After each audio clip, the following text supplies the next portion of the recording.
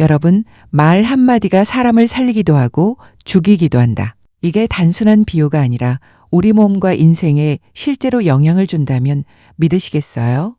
우리가 매일 사용하는 말, 그리고 그 말에서 느끼고 흡수하는 사람의 감정 에너지. 사람은 부정적인 말을 듣거나 스스로에게 반복할 때 뇌는 그것을 위험으로 인식합니다. 그러면 스트레스 호르몬이 분비되고 몸은 긴장 상태에 들어가게 되죠. 그리고 이와 관련된 이미 잘 알려진 흥미로운 연구도 있죠. 일본의 물 연구자이자 물의 메시지의 저자인 에모토 마사루는 물의 결정을 연구하여 물과 쌀에 사람의 말을 들려주는 실험을 했습니다. 사랑해, 고마워라는 긍정적인 말을 지속적으로 들려주면 물과 쌀의 결정은 안정적이고 심지어 꽃처럼 피어오르는 변화를 보여줍니다.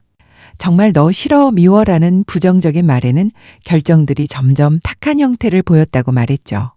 이 실험은 물론 여러 각도의 과학적인 측면에서 완벽하게 증명되진 않았지만 이 실험의 방향성에서 사람들에게 분명한 메시지를 남겼습니다. 글쓴이도 초등학생 시절 실제로 담임 선생님께서 조별 실험 과제로 비커에 밥알을 넣어 재미있게 실험했던 기억이 있었는데 정말로 긍정적인 말을 계속 들려주었던 밥알들은 비교적 오랫동안 상하지 않고 유지되었던 유사한 실험 결과를 확인했었습니다. 그리고 대다수의 사람들은 무의식적으로도 확신했습니다.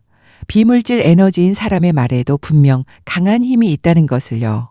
바바라 프레드릭선, 미국의 심리학자이자 긍정심리학 분야의 연구자로 긍정적인 감정과 언어가 신체에 어떤 영향을 주는지 연구했습니다. 그 결과 긍정적인 말을 잘하고 유쾌하고 즐거운 감정을 자주 느끼는 사람일수록 회복력이 높고 면역 반응도 더 안정적이라는 사실이 밝혀졌죠.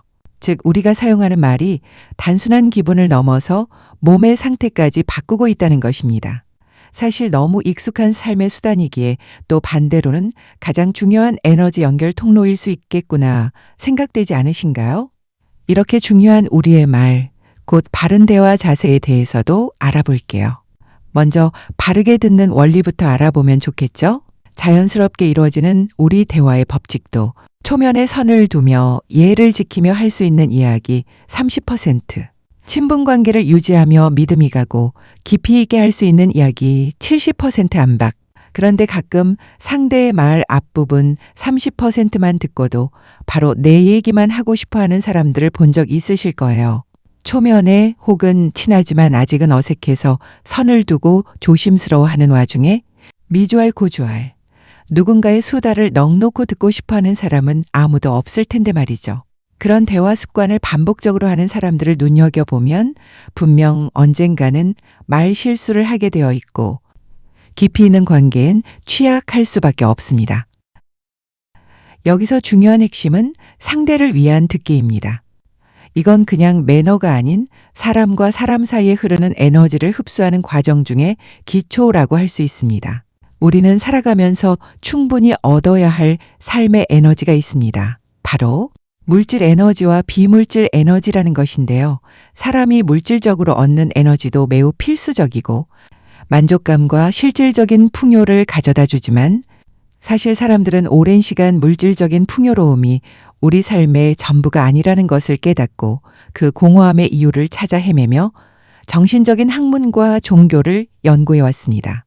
그러자 지금은 너무나 대중적이고 다양한 방법들로 영성의 풍요로움을 말하는 시대에 살고 있죠.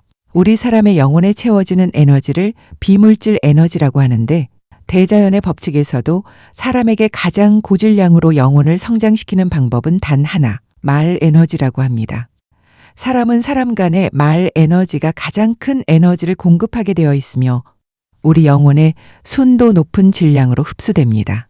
힘든 순간 상대의 진심 어린 격려, 행복한 순간 진실된 상대의 축하 한마디, 갈등과 고민 속에서 주고받는 조언이나 웃으며 나누는 담소 등등 우리 일상 관계 속에 일어나는 모든 대화가 알고 보니 사람에겐 가장 높은 차원의 에너지 공급원이라는 것이죠.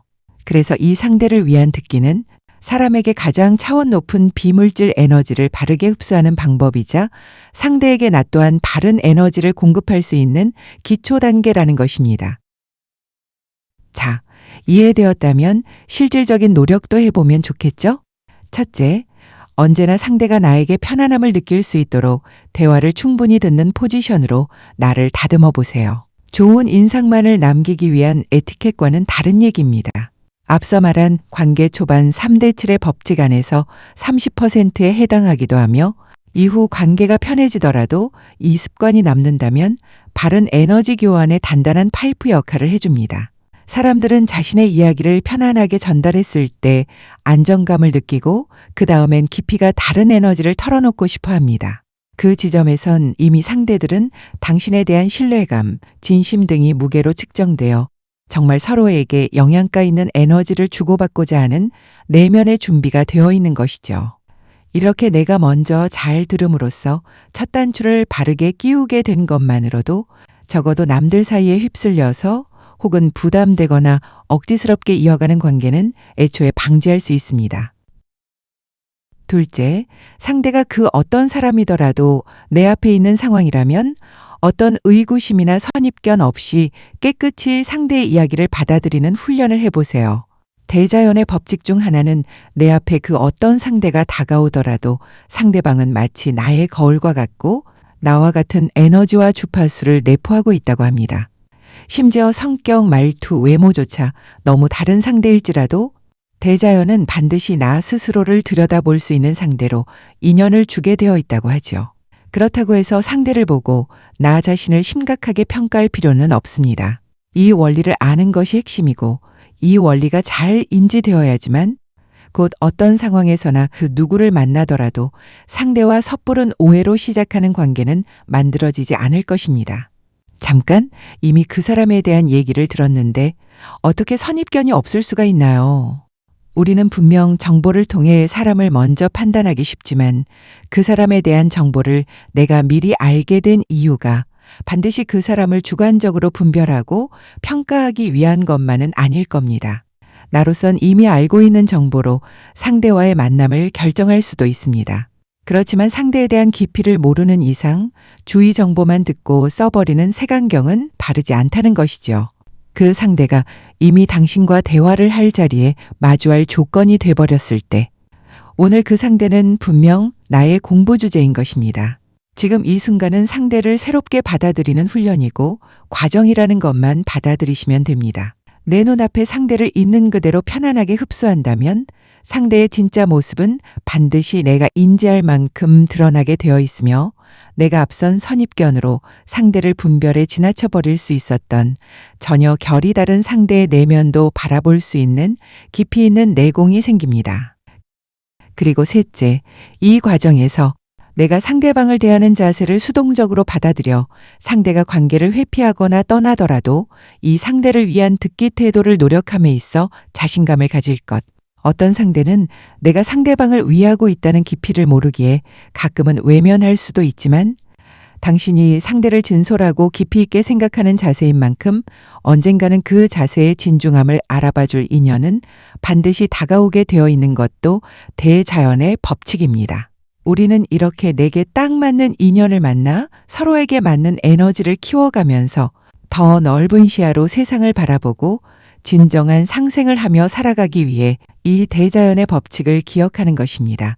그러니 중심을 갖고 자신 있게 행동해 보세요. 우린 이 3대 7의 법칙이 적용된 상대를 위한 듣기 연습이 이루어진 뒤에야 비로소 정말 우리들이 원하던 내면의 소통, 긍정적이고 진실되며 따뜻한 관계의 에너지 파이프라인을 단단하게 만들어갈 수 있답니다. 오늘도 한 뜸 한 뜸 대자연의 법칙과 가까워지는 당신 응원합니다. 따뜻한 하루 되세요.